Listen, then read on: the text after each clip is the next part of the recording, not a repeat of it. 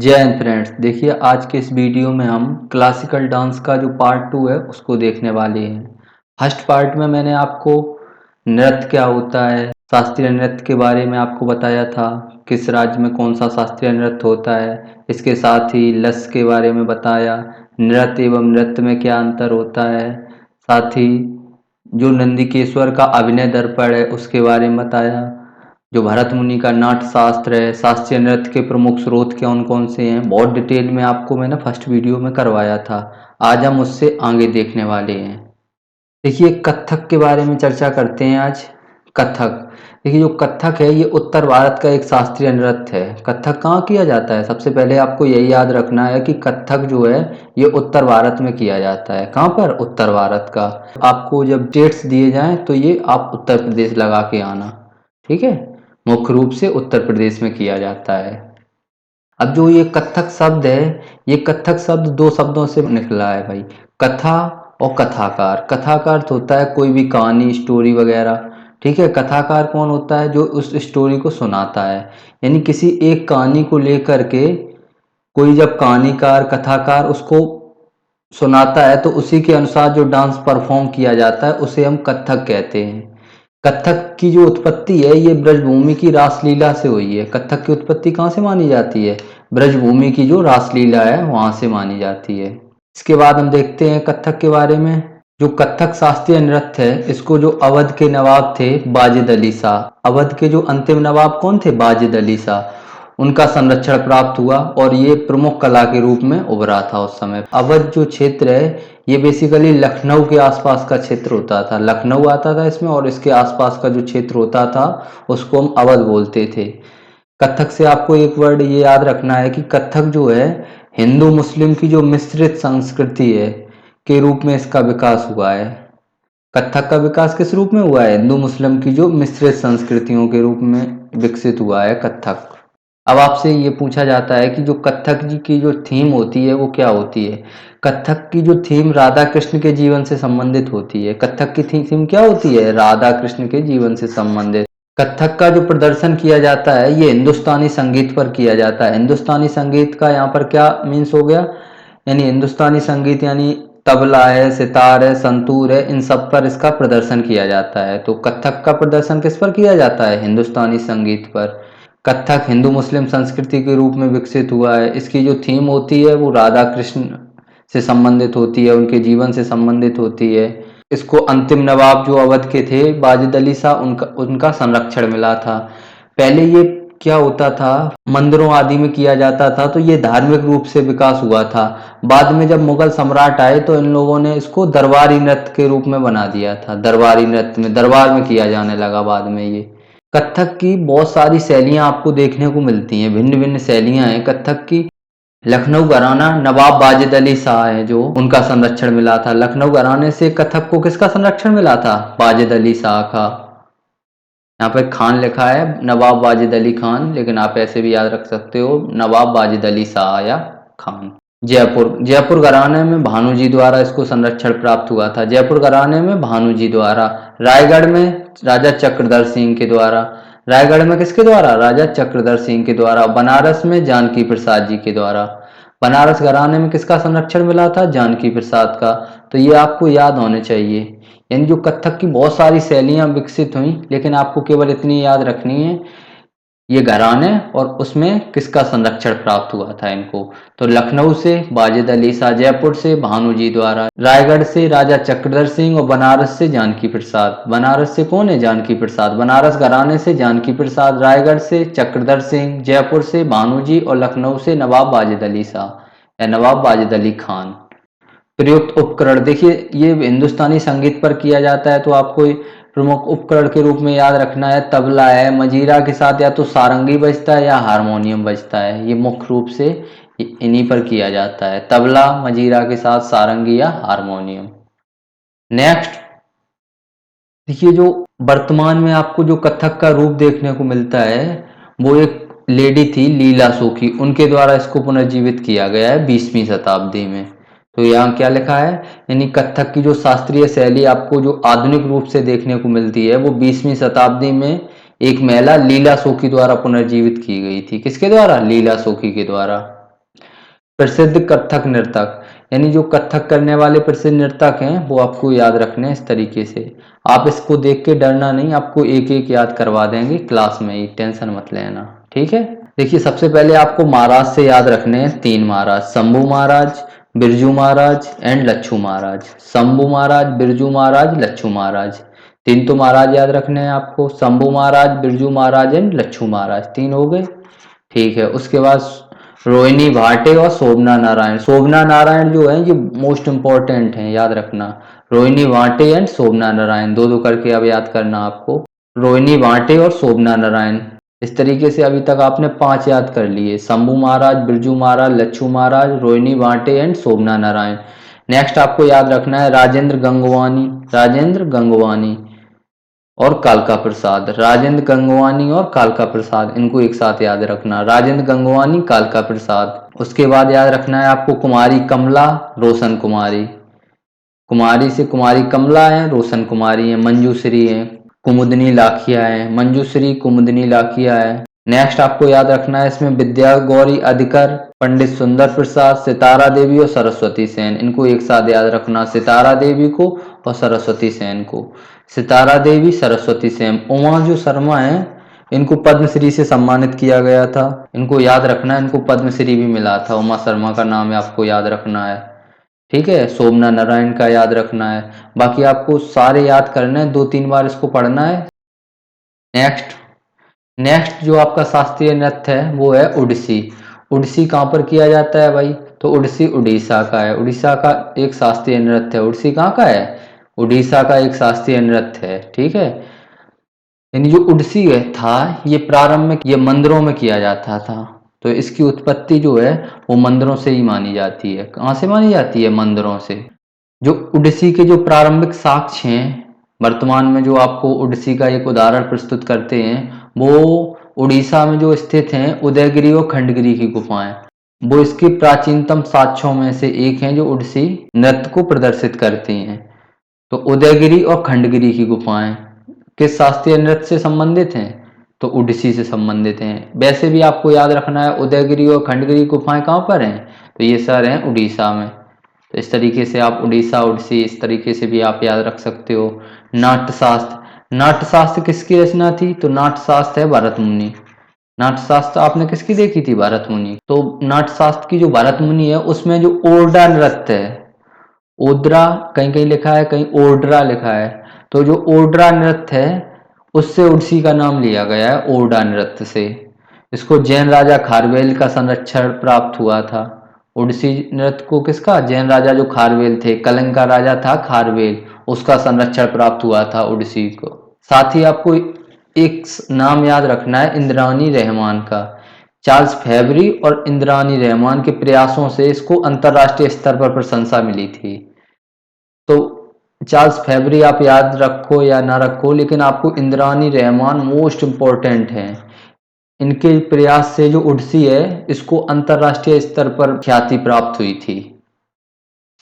साथ ही इसमें क्या था उड़ीसी नृत्य में कि प्रारंभ में ये स्त्रियों के द्वारा किया जाता था, बाद में जो युवा लड़के थे वो स्त्रियों की वेशभूषा में कपड़े पहनकर उड़ीसी का प्रदर्शन करने लगे। इस तरीके से जो लड़के महिलाओं के कपड़े पहनकर करते थे उनको गोटी पुआ बोला जाता था, गोटी पुआ, ठीक है।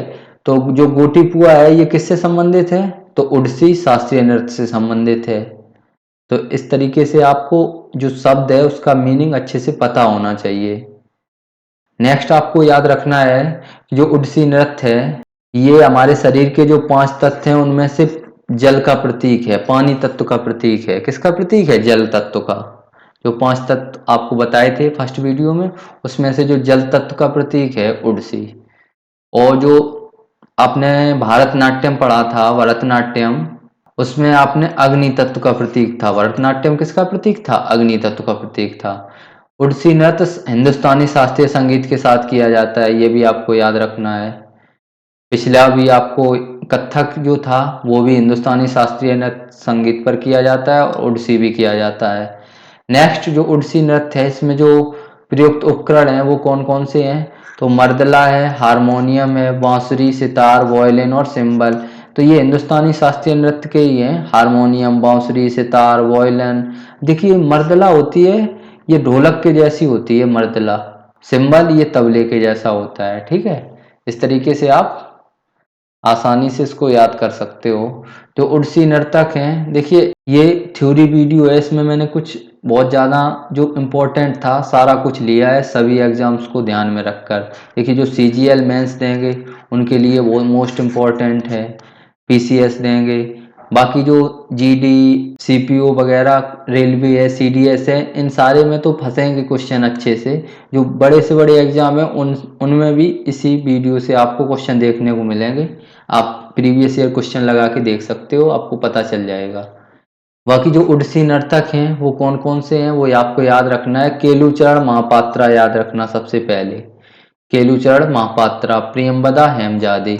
देखिए जो उड़सी नृत्य है इसके जनक जो हैं वो पंकज चरण प्रसाद हैं, पंकज चरण प्रसाद। तो आपको इनका नाम तो याद ही रखना है।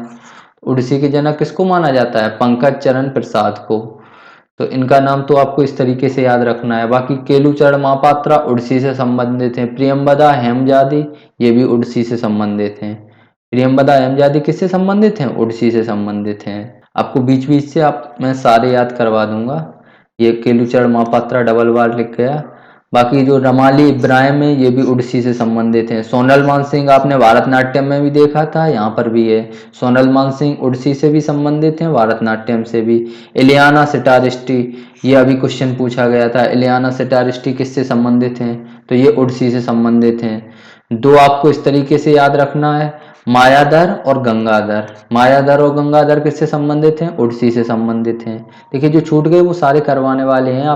दो महापात्रा से आपको याद रखना है, केलुचरण महापात्रा और सुजाता महापात्रा किससे संबंधित हैं? उड़सी से। केलुचरण महापात्रा, सुजाता महापात्रा। तो अभी तक हम 5-7 पढ़ चुके हैं, इनको देखते हैं। केलुचरण महापात्रा, सुजाता महापात्रा उड़सी से संबंधित हैं। पंकज चरण दास उड़सी के जनक हैं।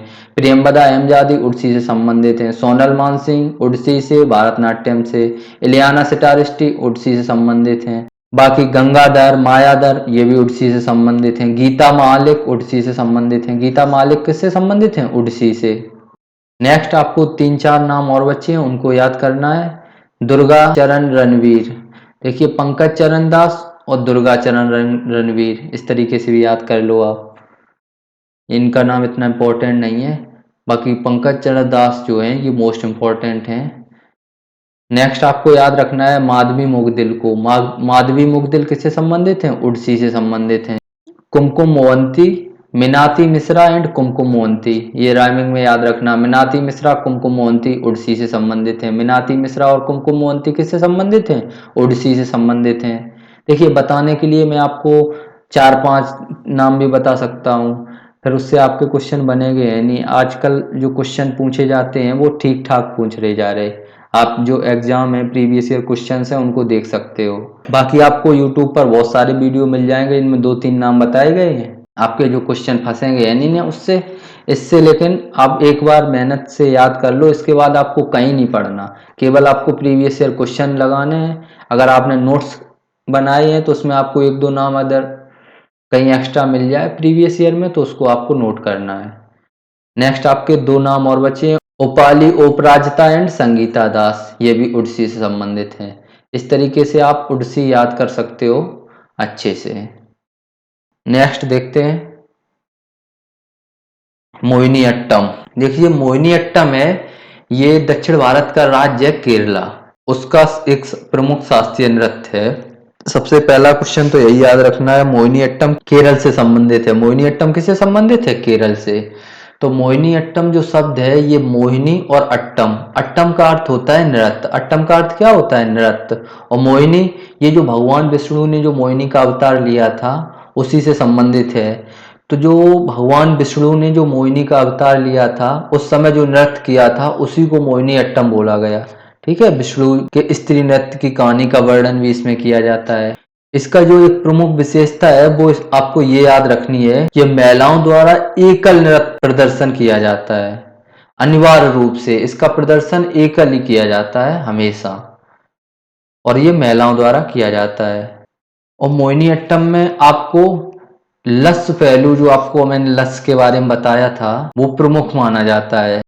मोहिनीअट्टम नृत्य है उसका जो लस पहलू है वो सबसे प्रमुख होता है। इसमें सौंदर्य ब्यूटी पर बहुत ज़्यादा जोर दिया जाता है, अनुग्रह पर। ये सारे शब्दों के बारे में मैं आपको फर्स्ट वीडियो में बता चुका हूँ। नेक्स्ट आपको जो याद रखना है कि हमारे शरीर में जो 5 तत्व हैं उनमें से जो वायु तत्व है उसका प्रतीक है मोहिनीअट्टम। भारतनाट्यम किसका प्रतीक है? अग्नि तत्व का प्रतीक है। नेक्स्ट जो मलयाली कवि थे वी.एन. मेनन, वल्थोर नारायण मेनन और कल्याणी अम्मा, इनके प्रयास से इसको पुनर्जीवित किया गया था। तो जो बी.एन. मेनन थे मलयाली कवि, इन्होंने कल्याणी अम्मा के साथ मिलकर इसको पुनर्जीवित किया था मोहिनीअट्टम को। देखिए इसमें केवल वही पॉइंट लिखे गए हैं जो मोस्ट इम्पोर्टेंट हैं, कहीं ना कहीं प्रीवियस ईयर क्वेश्चन में आ चुके हैं। नेक्स्ट आपको याद रखना है मोहिनीअट्टम में जो प्रयुक्त उपकरण हैं वो कौन कौन से उपकरण का यूज किया जाता है। मृदंगम का यूज किया जाता है, इडक्का का, बांसुरी, वीणा और कुंजितालम।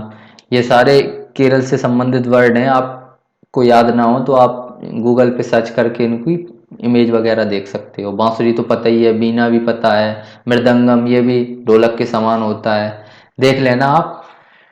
नेक्स्ट आपको याद रखना है मोहिनीअट्टम, क्वेश्चन तो यहीं से बनते हैं ज़्यादातर, बहुत ज़्यादा थ्योरी से क्वेश्चन आते हैं नहीं। तो जो मेन क्वेश्चन बनेगा वो यहीं से बनेगा कि सुनंदा नायर निम्नलिखित में से किस शास्त्रीय नृत्य से संबंधित हैं। सुनंदा नायर को ये पुरस्कार मिला, ये किस शास्त्रीय नृत्य से संबंधित हैं। तो आपको पता होना चाहिए तभी आप बता पाओगे। ठीक है, दो नाम आपको मैंने अभी पिछली स्लाइड में बताए थे, वी.एन. मेनन और कल्याणी कुट्टी अम्मा। कल्याणी अम्मा वहां पर लिखा था, इनका पूरा नाम है कलामंडलम कल्याणी कुट्टी अम्मा। इन दो लोग ये किससे संबंधित हैं? तो मोहिनीअट्टम से संबंधित हैं, कल्याणी अम्मा और वी.एन. मेनन। देखिए कलामंडलम बहुत कुछ नहीं है। कलामंडलम जो केरल में जो एक संस्था है जिसमें मोहिनीअट्टम, कथकली और भी बहुत सारे नृत्यों का गायन किया जाता है, प्रदर्शन किया जाता है, उनको सिखाया जाता है। तो जो लोग उस संस्था संबंधित थे उनके सामने आपको कलामंडलम कहीं कहीं लिखा मिलेगा।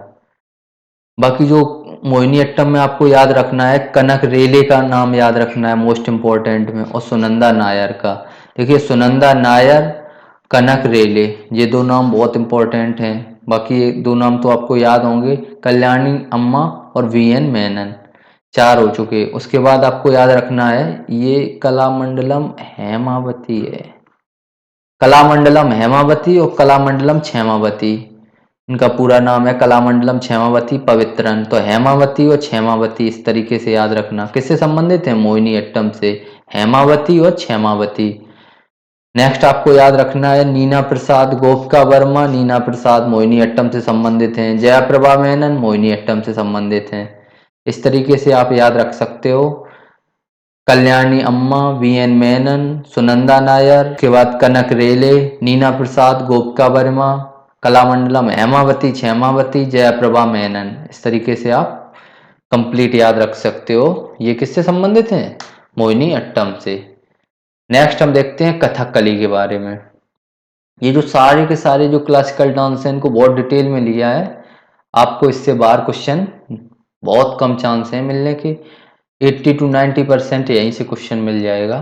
बाकी तो क्वेश्चन का कोई पता रहता है नहीं, कहीं से भी पूछ सकते हैं। नेक्स्ट है कथकली।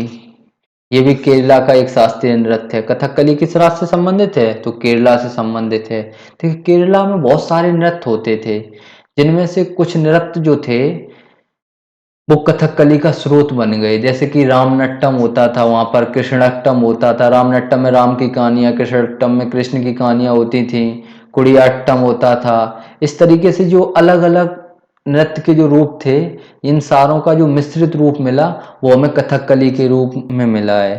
तो ये जो स्रोत हैं कथकली के वो कौन कौन से हैं? रामनट्टम, कुडियाट्टम और कृष्णट्टम।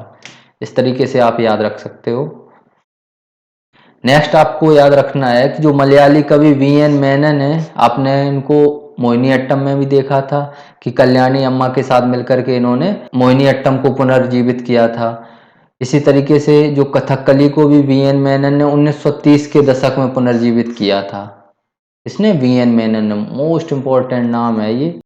कथकली जो होता है ये एक मंडली में किया जाता है, पुरुषों की एक मंडली होती है, एक सर्व पुरुष मंडली द्वारा इसका प्रदर्शन किया जाता है अनिवार्य रूप से। कथकली में जो प्रदर्शन के समय जो गीतों का गायन किया जाता है वो किस भाषा में होता है? मणि प्रबलम में। गीतों का जो गायन होता है वो मणि प्रबलम में होता है।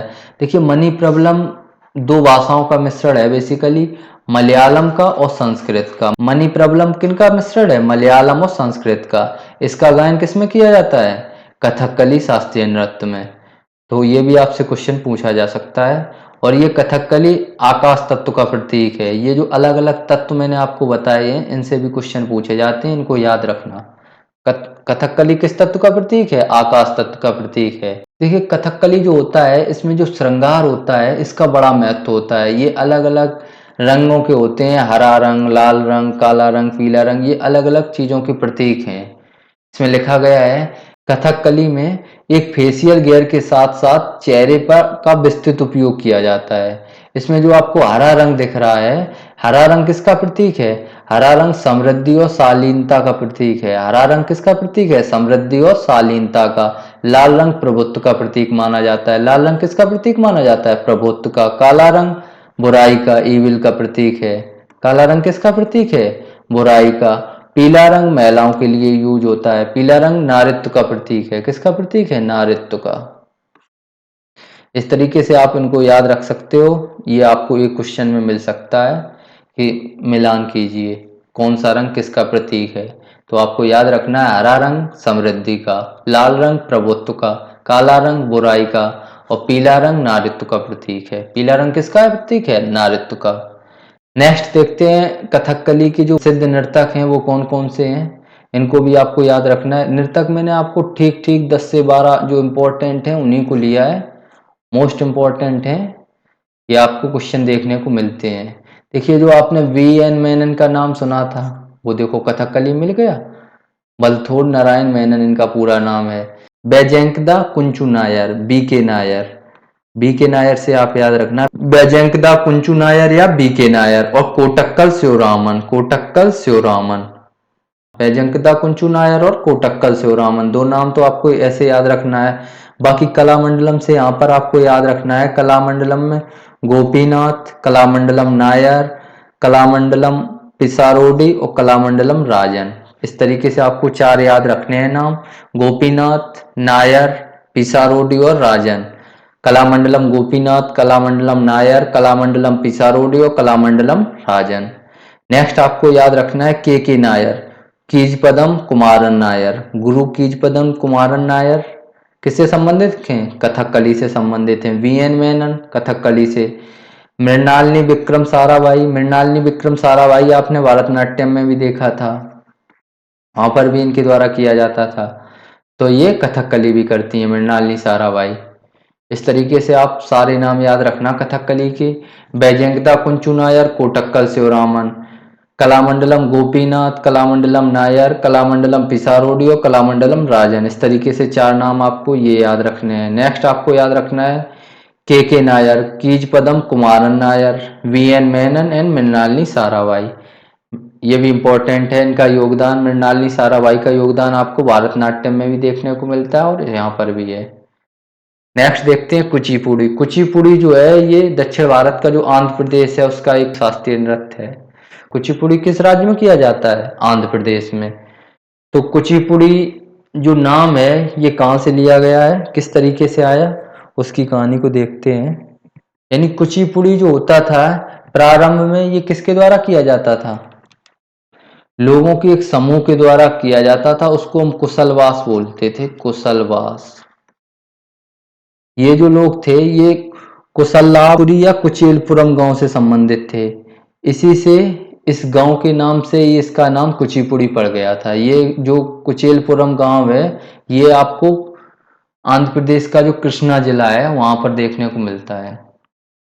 तो यहाँ क्या लिखा गया है? कुचिपुड़ी आंध्र प्रदेश के कृष्णा जिला के कुशलापुरी या कुचेलपुरम गांव से अपना नाम प्राप्त करता है। तो इसका नाम कहाँ से प्राप्त हुआ? कुचेलपुरम गांव से। आप सिंपल याद रखना कि कुचिपुड़ी का जो नाम है ये कुचेलपुरम से लिया गया है, ये एक गांव का नाम था। नेक्स्ट आपको ये याद रखना है कि इसका जो प्रदर्शन होता है वो एकल भी होता है और समूह में भी प्रदर्शन किया जाता है। क्यों किया जाता है? क्योंकि नृत्य नाटक के रूप में किया जाता है। कुचिपुड़ी जो नृत्य है ये नाटक के रूप में किया जाता है और नाटक में आप सिंगल भी प्रदर्शन करते हो, समूह में भी करते हो। तो इस तरीके से आपको याद रखना है कि जो कुचिपुड़ी है इसका एकल प्रदर्शन भी होता है और समूह में भी प्रदर्शन किया जाता है। इसका जो केंद्रीय विषय होती है वो होता है भागवत पुराण की कहानियाँ। यानी भगवत पुराण से कोई एक कहानी उठा ली जाती है, उसी का नाटक किया जाता है, उसी का प्रदर्शन किया जाता है। किसमें? कुचिपुड़ी में। नेक्स्ट आपको याद रखना है जो बाला सरस्वती है, बाला सरस्वती आपको लिखा मिलेगा। बाला सरस्वती और रागनी देवी, यानी जो नाम आपको बीच में मिले हैं जिसने पुनर्जीवित किया या उनका एक अलग से योगदान रहा है उस नृत्य को लेकर, तो वो उनका नाम बहुत प्रमुख हो जाता है। तो ये नाम आपको याद रखना है, बाला सरस्वती और रागनी देवी ने मिलकर के किसको पुनर्जीवित किया था? कुचिपुड़ी को। बाला सरस्वती और रागनी देवी ने मिलकर के कुचिपुड़ी को पुनर्जीवित किया। इसमें श्रृंगार रस की प्रधानता होती है। कुचिपुड़ी में किस रस की प्रधानता होती है? श्रृंगार रस की प्रधानता होती है। ये कर्नाटक संगीत पर किया जाता है। कुचिपुड़ी जो है ये कर्नाटक संगीत पर किया जाता है। कुचिपुड़ी किस पर किया जाता है? कर्नाटक संगीत पर।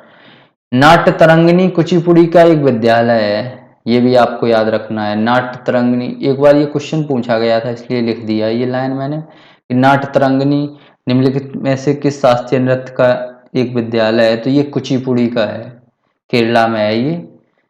नेक्स्ट आपको याद रखना है जो उपकरण यूज होते हैं कुचिपुड़ी में, वो मृदंगम है, वायोलिन है, बांसुरी है, तंबूरा है। इस तरीके से ये आपको याद रखने हैं।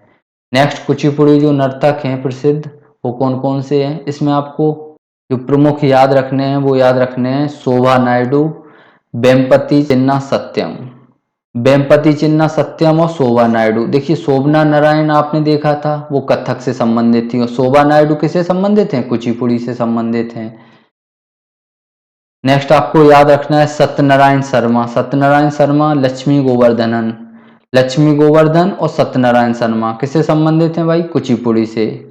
यामिनी कृष्णमूर्ति भरतनाट्यम भी करती हैं और कुचिपुड़ी भी करती हैं। मल्लिका साराभाई भरतनाट्यम और कुचिपुड़ी दोनों करती हैं, तो ये याद रखना। मल्लिका साराभाई, यामिनी कृष्णमूर्ति ये भी कुचिपुड़ी से संबंधित हैं, भरतनाट्यम भी करती हैं।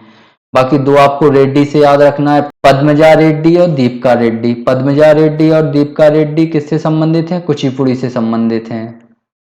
हलीम खान कुचिपुड़ी से संबंधित हैं। हलीम खान कहाँ के हैं? हैदराबाद के थे, हैदराबाद के। ये इंपॉर्टेंट नाम है हलीम खान, ये याद रखना, ये कुचिपुड़ी से संबंधित हैं। हलीम खान किससे संबंधित हैं? कुचिपुड़ी से। नेक्स्ट आपको केवल इसमें एक नाम बचा है, इसमें वैजयंती कासा जो है ये भी कुचिपुड़ी से संबंधित हैं। वैजयंती कासा, एक बार इसको रिवाइज करते हैं। वेम्पति चिन्ना सत्यम शोभा नायडू किससे संबंधित हैं? कुचिपुड़ी से। बाकी आपने ऐसे देखा था लक्ष्मी गोवर्धन और सत्यनारायण शर्मा ये भी कुचिपुड़ी से संबंधित हैं। यामिनी कृष्णमूर्ति और मल्लिका साराभाई कुचिपुड़ी से। दो दो के जोड़े में याद रखना है, पद्मजा रेड्डी, दीपिका रेड्डी ये भी कुचिपुड़ी से संबंधित हैं।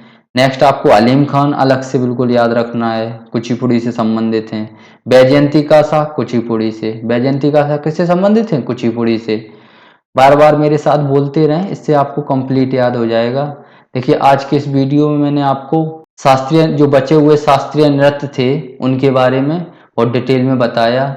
ये जो पीपीटी मैंने बनाई है इसमें लो लेवल से लेकर के हाई लेवल तक के एग्जाम को ध्यान में रखकर बनाया है। एग्जाम का लेवल कितना भी कठिन हो जाए आप इससे कर सकते हो। ये जो प्रसिद्ध नर्तक बताए हैं अगर आप इनको इतना याद कर लेते हो तो आप ऑप्शन एलिमिनेशन कर सकोगे। क्लासिकल डांस शास्त्रीय नृत्य से संबंधित क्वेश्चन, बहुत सारे क्वेश्चन पूछे जाते हैं इसलिए मैंने इसको बहुत डिटेल में लिया। ये स्टैटिक जीके की थ्योरी वीडियोस हैं, इसमें आपको सारे के सारे वीडियो डिटेल में ही देखने को मिलेंगे। जो एग्जाम में आने वाले क्वेश्चन हैं, संभावित प्रश्न हैं, प्रीवियस ईयर में पूछे जा चुके हैं, कहीं ना कहीं आ सकते हैं, उन्हीं को लिया गया है और ये बहुत डिटेल वीडियो हैं। इसको करने के बाद आपको केवल प्रीवियस ईयर क्वेश्चन करने हैं और कुछ नहीं करना है। इस तरीके से आपको स्टैटिक जीके के लगातार बहुत डिटेल वीडियो, थ्योरी वीडियो देखने को मिलेंगे। इसमें आपका बहुत ज़्यादा में समय भी बर्बाद नहीं होता है, आप 2 से 3 बार रिवाइज कर सकते हो। पढ़ चुके हो तो 2x पे लगा के इसको रिवाइज कर लो तेजी से एग्जाम से पहले, तो इससे आपको सारे याद हो जाएंगे और आप धीरे धीरे स्टैटिक जीके या जीएस है वो आपकी मुट्ठी में होगी। मिलते हैं नेक्स्ट वीडियो में। Thank you for watching it. Thank you यार आप सभी का।